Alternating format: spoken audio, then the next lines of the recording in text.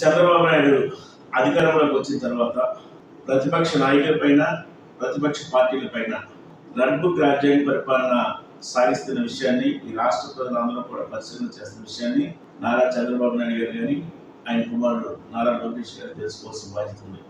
మరి ముఖ్యంగా ప్రభుత్వం తీసుకున్న ప్రజా వ్యతిరేక నిర్ణయాలపై మా పార్టీ అధికార ప్రతినిధి అయిన కారుమూరి వెంకటరెడ్డి గారు ప్రశ్నిస్తే ఆయనకి ముందస్తు నోటీసులు ఇవ్వకుండా పోలీసులతో అమానుషంగా ప్రవర్తన చేయడము, మరొక ఇంట్లో ఉన్న ఆడలపై కూడా ఒక విచక్షణారహితంగా పోలీసులు ప్రవర్తించిన శోచనీయమని చెప్పి నేనైతే ఈ తెలుగుదేశం ప్రభుత్వానికి సూటిగా హెచ్చరిస్తున్నాం.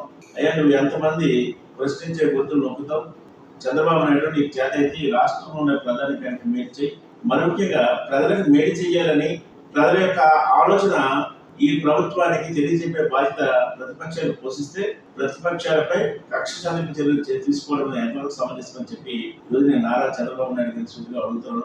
మరి ముఖ్యంగా ఈరోజు కారుమూరి వెంకటరెడ్డి అరెస్ట్ ని ఒకసారి పరిశీలన చేస్తే ముందస్తు నోటీసులు లేవు, 41 CRPC నోటీస్ ఇవ్వకుండా, మరి ముఖ్యంగా వాళ్ళ ఇంటి కుటుంబ సభ్యులు భయభ్రాంతులు చేసి పోలీసులతో వాళ్ళు అరెస్ట్ చేయడం అనేది ఎంతవరకు సమంజసమని చెప్పేసి నేనైతే చంద్రబాబు నాయుడు తీసుకుగా అడుగుతున్నాను.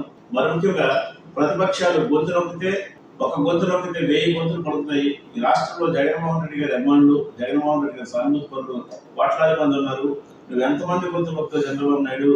నీకు తగిన బుద్ధి చెప్పే రోజు దగ్గర పడ్డే. ఖచ్చితంగా రేపు రాబోయే రోజుల్లో ప్రతి సోషల్ మీడియా గొంతు కూడా నీ అరాచకాలను, నీ రెడ్ పరిపాలన, నీ కుమారు యొక్క అవినీతిని ఎండగట్టే బాధ్యత వైఎస్ఆర్సీపీ సోషల్ మీడియా తీసుకోవడం విషయాన్ని కూడా నువ్వు గుర్తెరగాలి. మరి ముఖ్యంగా నువ్వు తీసుకున్న ప్రజా వ్యతిరేక నిర్ణయాలు, మన ముఖ్యంగా ఈరోజు ప్రభుత్వ మెడికల్ కాలేజ్ ప్రైవేటీకరణ కానీ, మన ముఖ్యంగా ఆల్రెడీ సిఐ ఒప్పందాలని మళ్ళీ ఈ రోజు నువ్వు కొత్తగా చూపిస్తున్న విధానాన్ని కూడా రాష్ట్ర ప్రజలు పరిశీలన చేస్తున్నారు. చంద్రబాబు నాయుడు గారు ఈ రోజు ప్రజా వ్యతిరేక ఆగ్రహం నీ మీద ఎంత తీవ్రంగా ఉందంటే చంద్రబాబు నాయుడు కానీ, ఆయన కొడుకు కానీ, ప్రశ్నించే వ్యక్తి అయిన పవన్ కళ్యాణ్ కానీ రాష్ట్ర ప్రజలందరూ కూడా చెలరించుకున్న విషయాన్ని కూడా మీరు గ్రహించాలి. అన్యాయ అరెస్టులు కానీ, నిన్న హిందూపురం నియోజకవర్గంలో ఉన్న హిందూపురం వైఎస్ఆర్ కాంగ్రెస్ పార్టీ కార్యాలయంపై తెలుగుదేశం కార్యకర్తలు, గూండాలు వీరు దాడిని నిజంగా ఒకసారి రాష్ట్ర ప్రజలు పరిశీలన చేస్తున్న విషయాన్ని కూడా గ్రహించాలి. ఎన్నాళ్ళు నీ రెడ్ బుక్ పరిపాలన సాగిస్తావో, ఎంత అరాచకమైన పరిపాలన సాగిస్తావో సాగించుకో. రేపు రాబోయే 3 సంవత్సరాల్లో దానికి తగినంత గుణపాఠం నీకు ఖచ్చితంగా చెప్తాం.